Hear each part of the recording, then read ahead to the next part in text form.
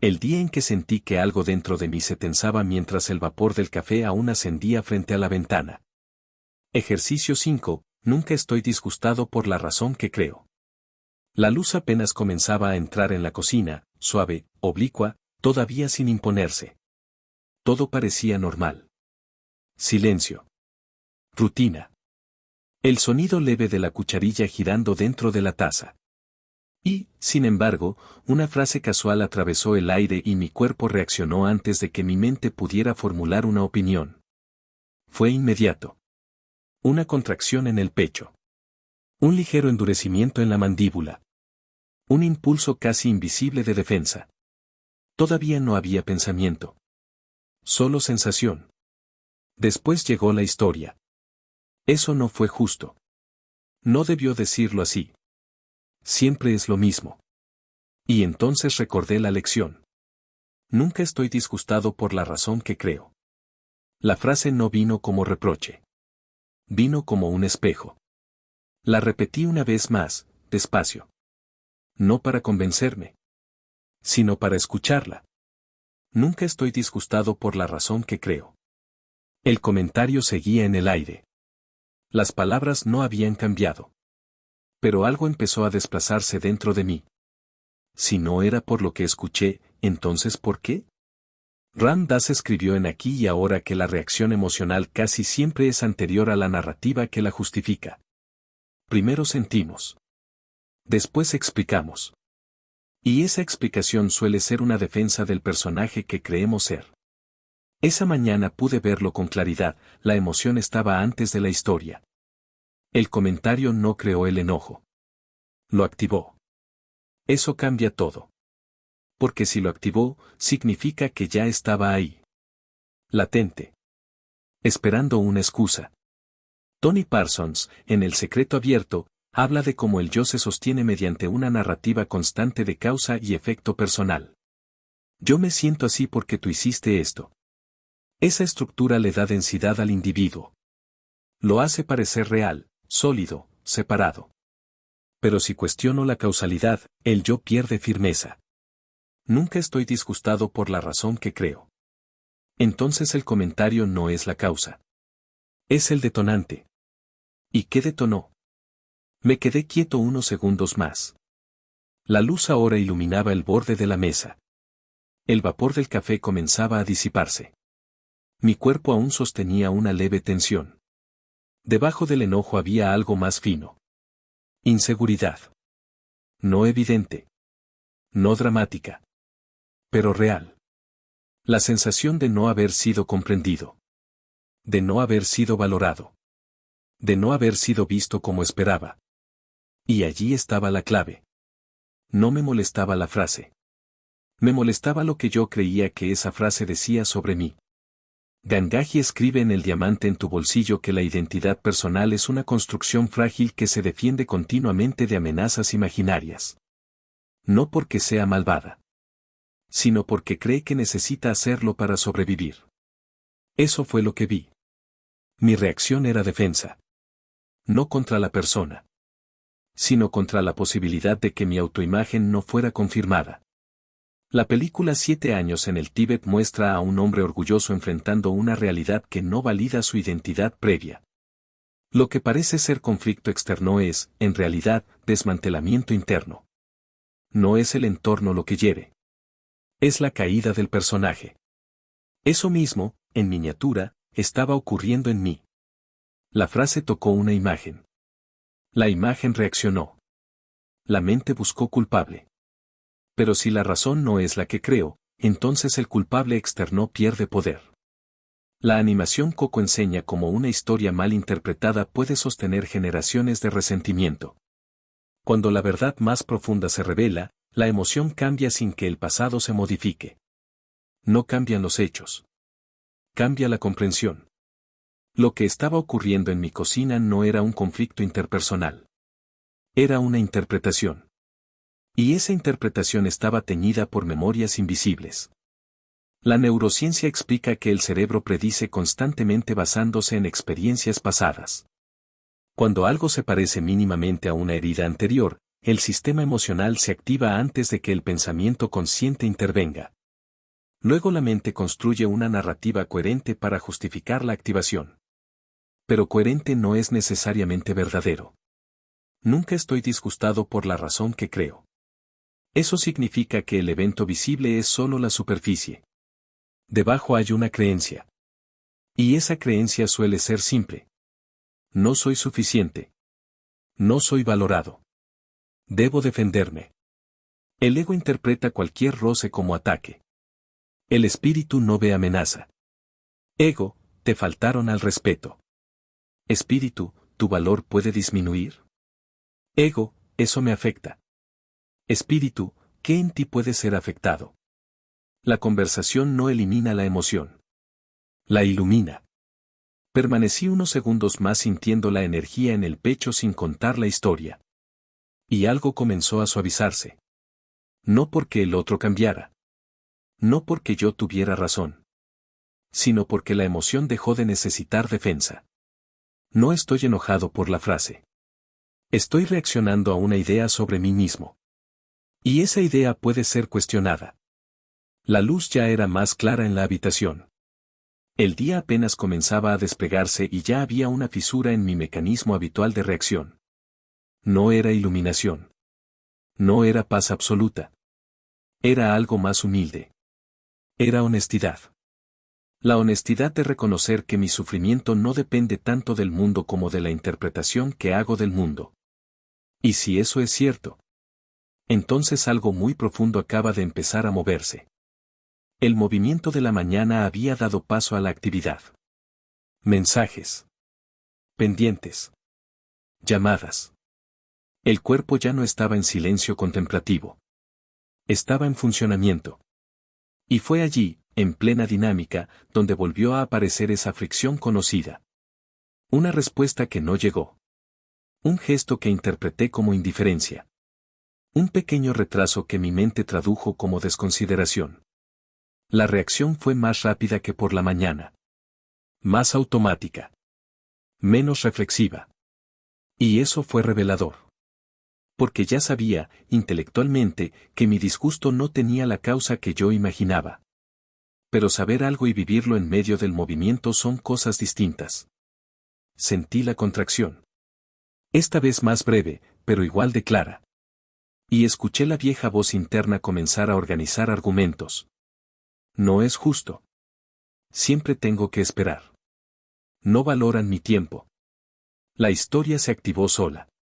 Y allí entendí algo que Robert Perry explica en Path of Light: el ego no descansa. No necesita grandes conflictos.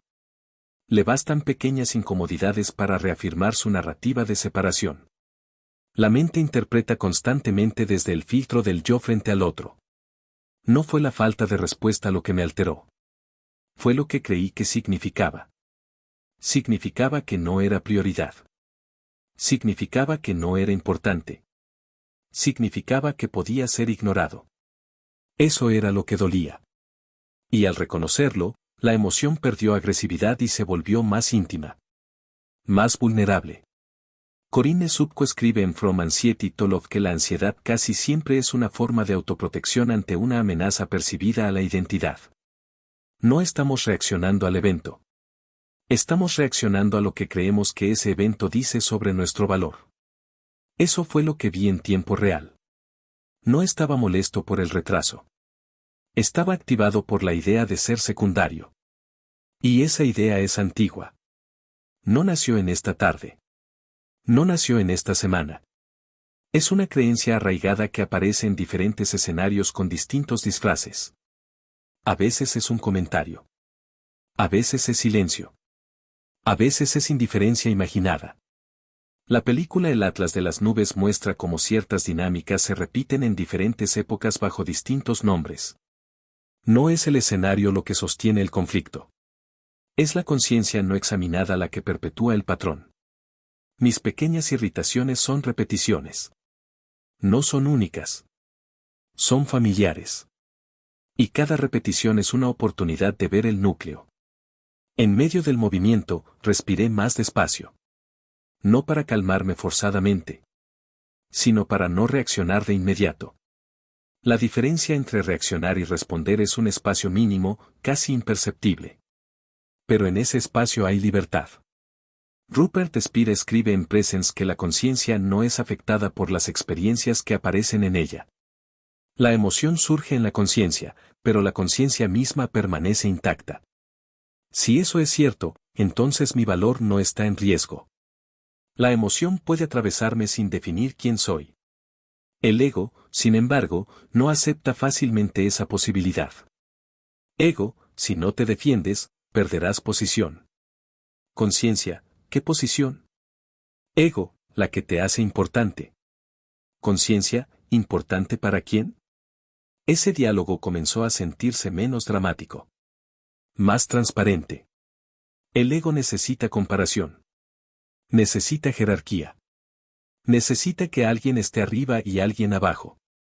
La molestia suele ser señal de que mi posición imaginada fue cuestionada. Pero si no hay posición real que defender, ¿qué queda? Queda presencia. La serie animada El Circo de Medianoche presenta conversaciones profundas envueltas en escenarios surrealistas.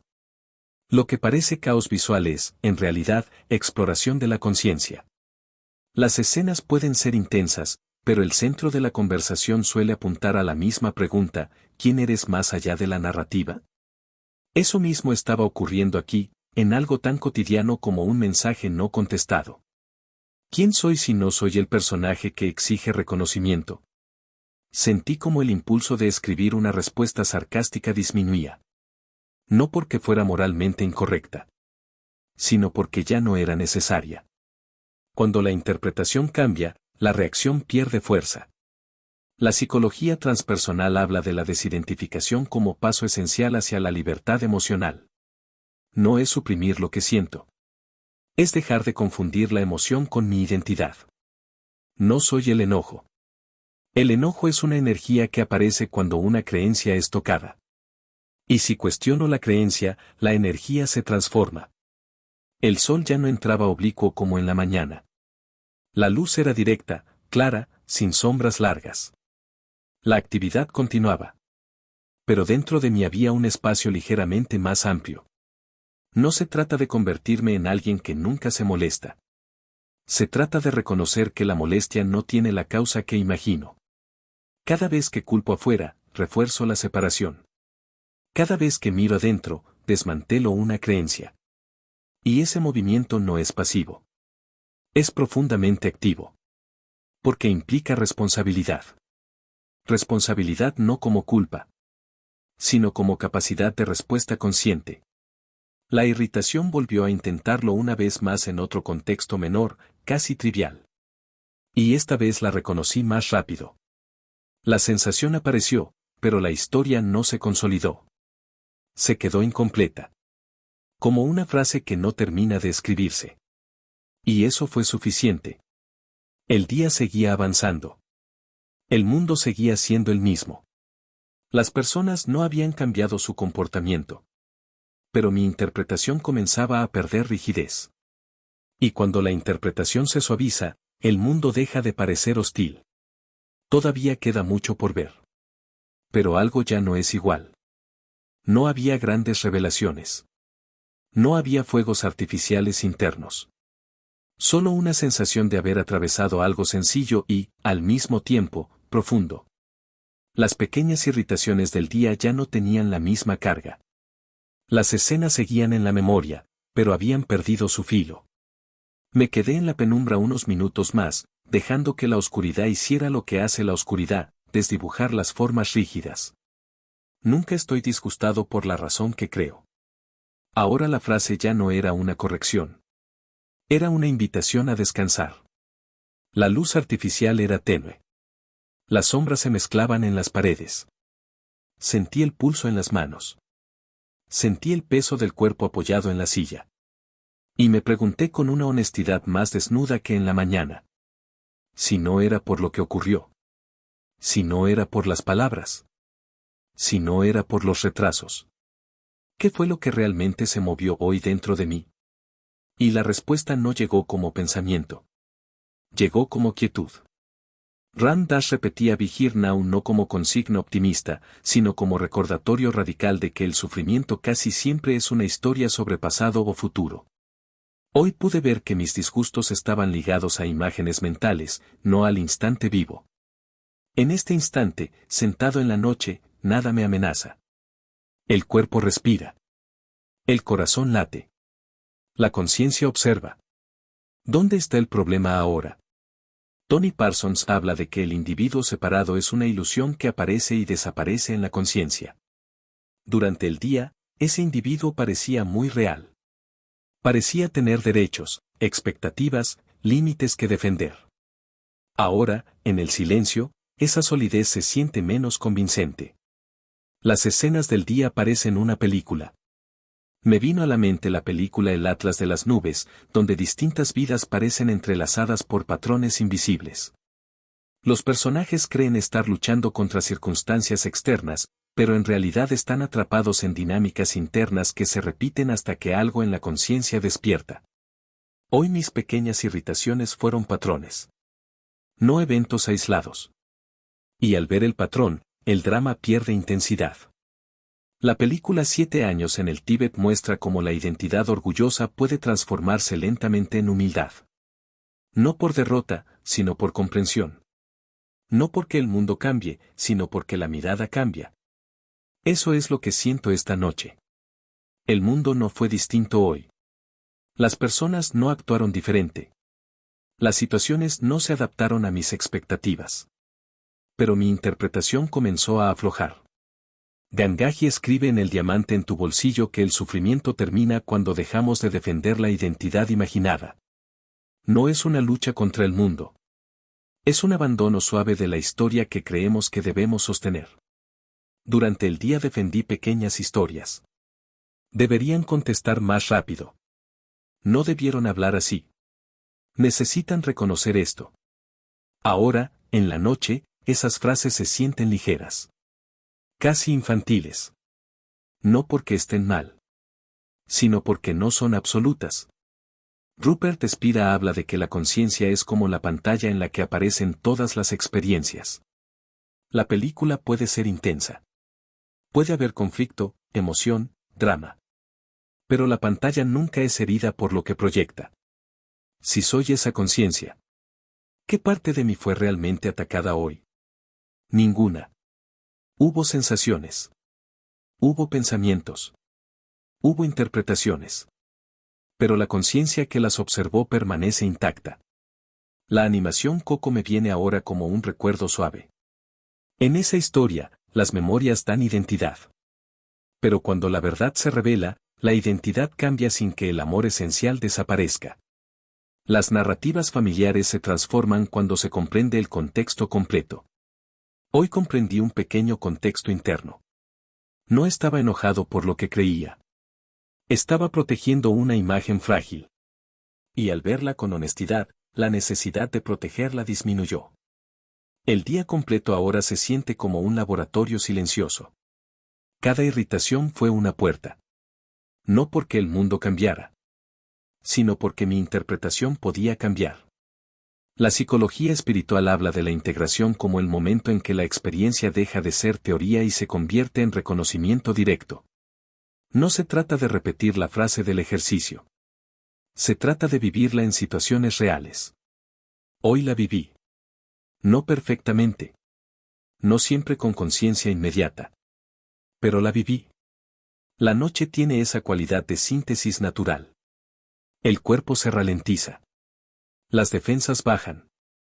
Las historias pierden fuerza. Y en ese descenso suave aparece una comprensión más simple. No soy víctima de lo que veo. Soy quien interpreta lo que veo. Y si la interpretación cambia, el mundo que experimento cambia con ella. No porque los hechos se alteren, sino porque la mente deja de proyectar amenaza donde no la hay. Me quedo unos minutos más en silencio. La oscuridad ya es profunda. El día terminó sin dramatismo. Nada espectacular ocurrió. Y, sin embargo, algo esencial se asentó. La próxima vez que surja una molestia, recordaré este movimiento. No para reprimirme. No para negarme la emoción. sino para mirar más allá de la razón aparente.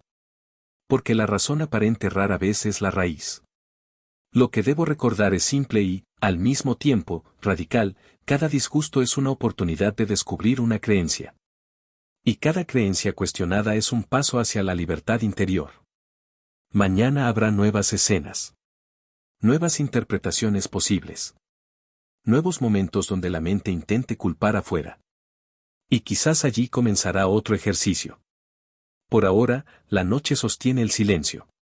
Y en ese silencio, no hay nada que defender.